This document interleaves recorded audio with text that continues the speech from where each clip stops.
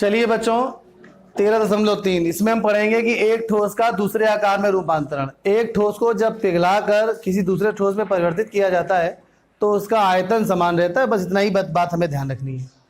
जैसे मान लीजिए एक गिलास में पानी भरा है तो उस पानी को हम गिलास में भरें या प्लेट में भरें। अगर प्लेट में डालेंगे तो प्लेट के आकार का हो जाएगा। तो मतलब अगर ठोस को हमने पिघलाया और उसको दूसरे बर्तन में रखा है, दूसरे रूप में रूपांतरित किया तो उसका आयतन समान हो जाना, इतना ही ध्यान रखना है हमें। तो पहला सवाल पढ़ो भाई, क्या है, क्या नाम तुम्हारा? अंशिका अवस्थी, जो भी नाम है पढ़िए। आंसी पांडे पढ़िए, तेजी से पढ़िए। त्रिज्या 4.2 सेंटीमीटर वाले धातु के एक गोले को पिघलाकर त्रिज्या 6 सेंटीमीटर वाले एक बेलन के रूप में डाला जाता है। बेलन की ऊंचाई ज्ञात करें। ठीक, यहाँ पर क्या किया गया है बच्चों? एक गोले को पिघलाकर रूपांतरित कर दिया गया किसमें बच्चों? एक बेलन में। शुरुआत से पढ़िए जरा। त्रिज्या 4.2 सेंटीमीटर वाले धातु के एक गोले को पिघलाकर 6 सेंटीमीटर त्रिज्या वाले एक बेलन के रूप में डाला जाता है। बेलन की ऊंचाई ज्ञात करें। ठीक, तो यहाँ पर बैठ जाइए। बिल्कुल आपको आसानी समझ में आ रहा होगा कि गोले को पिघला के जब बेलन बनाया गया है तो दोनों का क्या समान होगा? आयतन। तो बताओ भाई, गोले का आयतन क्या होता है? बेलन का आयतन क्या होता है सोलंकी? बेलन का आयतन क्या होता है?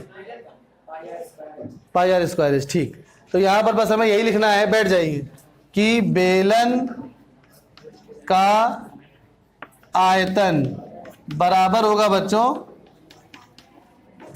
गोले के आयतन के। बहुत आवश्यक और आसान प्रश्नावली है ये। यहाँ पर भी हमें कैलकुलेशन लास्ट में करनी है। इसमें जनरली पाई से पाई या कटेगी बहुत सारी चीजें, इस बात का ध्यान रखना है हमें। तो बेलन का आयतन बच्चों पाई, बेलन की त्रिज्या हमने कैपिटल आर ली है, ऊंचाई एच ली है, तो पाई आर स्क्वायर एच बराबर 4/3 पाई, यहाँ पर त्रिज्या स्मॉल आर ली है तो pi R cube, 4/3 pi R cube. सीधे सीधे पाई से पाई कैंसिल कर दीजिए, झंझटी खत्म हो गया। अब यहाँ पर कैपिटल आर दिया गया है 6, तो ये हो जाएगा 6 गुणे 6, एच हमें ज्ञात करना है, बराबर 4/3, रेडियस है 4.2, तो इसको चाहिए तो भिन्न में लिख लीजिए। तो ये हो जाएगा 42/10। और अब ये आ जाएगा, अगर इसको मान लीजिए हम 2 से काट दें तो 21/5। तो अभी आ जाएगा 21/5 गुणे 21/5 और गुणे 21/5। चलिए अब h का मान निकालना है, पक्षांतर कर लेते हैं। तो 4/3 गुणे 21/5 गुणे 21/5 और गुणे 21/5 और गुणे पक्षांतर करेंगे 6 का, तो ये हो जाएगा 1/6 गुणे 1/6। तो अब कोई किसी से कैंसिल हो रहा है? 3 से 21 कैंसिल हो गया, 7 आ गया। और अब 6 यहाँ पे मान लीजिए 2 हो गया और यहाँ पर हो गया 3। अब 3 से फिर से 21 कैंसिल हो जाएगा तो 7 आ जाएगा।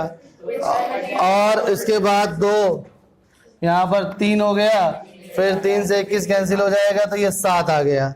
तो अब कुछ कैंसिल शायद नहीं हो रहा है, तो अब यहाँ पर 7 ऊपर कितने बार आया है? तो h बराबर आ गया 7 गुणे 7 गुणे 7 और नीचे 3 बार 5 आया है, तो 5 गुणे 5 गुणे 5। तो अब 343/125। अब यहाँ पे आप एक बात ध्यान दीजिए कि नीचे केवल 5 के गुणनखंड हैं, तो दशमलव में आंसर इसका कैसा आएगा? टर्मिनेटिंग। हम लोग पहली प्रश्नावली में ये पढ़ चुके हैं, तो इसका आंसर भाग दे के हमें लिखना पड़ेगा। तो भाग दे के लिख देते हैं आंसर 125 343, क्योंकि टर्मिनेटिंग आंसर आने वाला है इसका। 2 बार भाग देंगे इसका तो ये हो जाएगा 250। यहाँ पे आ गया 3, यहाँ पे 9 5 14। उसके बाद डेसिमल लगाएंगे, 0 बढ़ाएंगे, 12 6 72 वास्ते 84। 7 बार जाएगा ये, देखते हैं। 7 बना 35 की 5 हासिल लगे 3, 7 दूनी 14, 15 16 17 की 7 हासिल लगे 1 और 7 एकम 7 1 8, 10 में 5 घटे 5 12, 7 5 12, फिर 0 बढ़ाएंगे तो अब ये हो जाएगा 12 चौक 48। 4 बार जाएगा कि नहीं जाएगा ये? तो 4 बार चला जाएगा ये।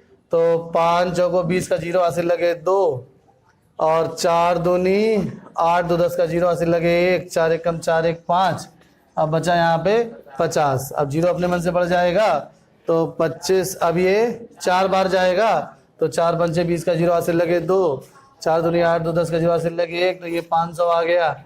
तो हमारे पास फाइनली आ गया 2.744 और ये आ गया सेंटीमीटर।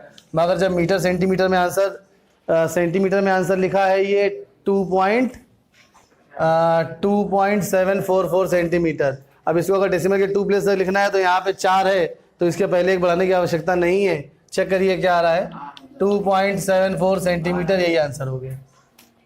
समझ में आ गया सभी को? नोट कर लीजिए जल्दी से।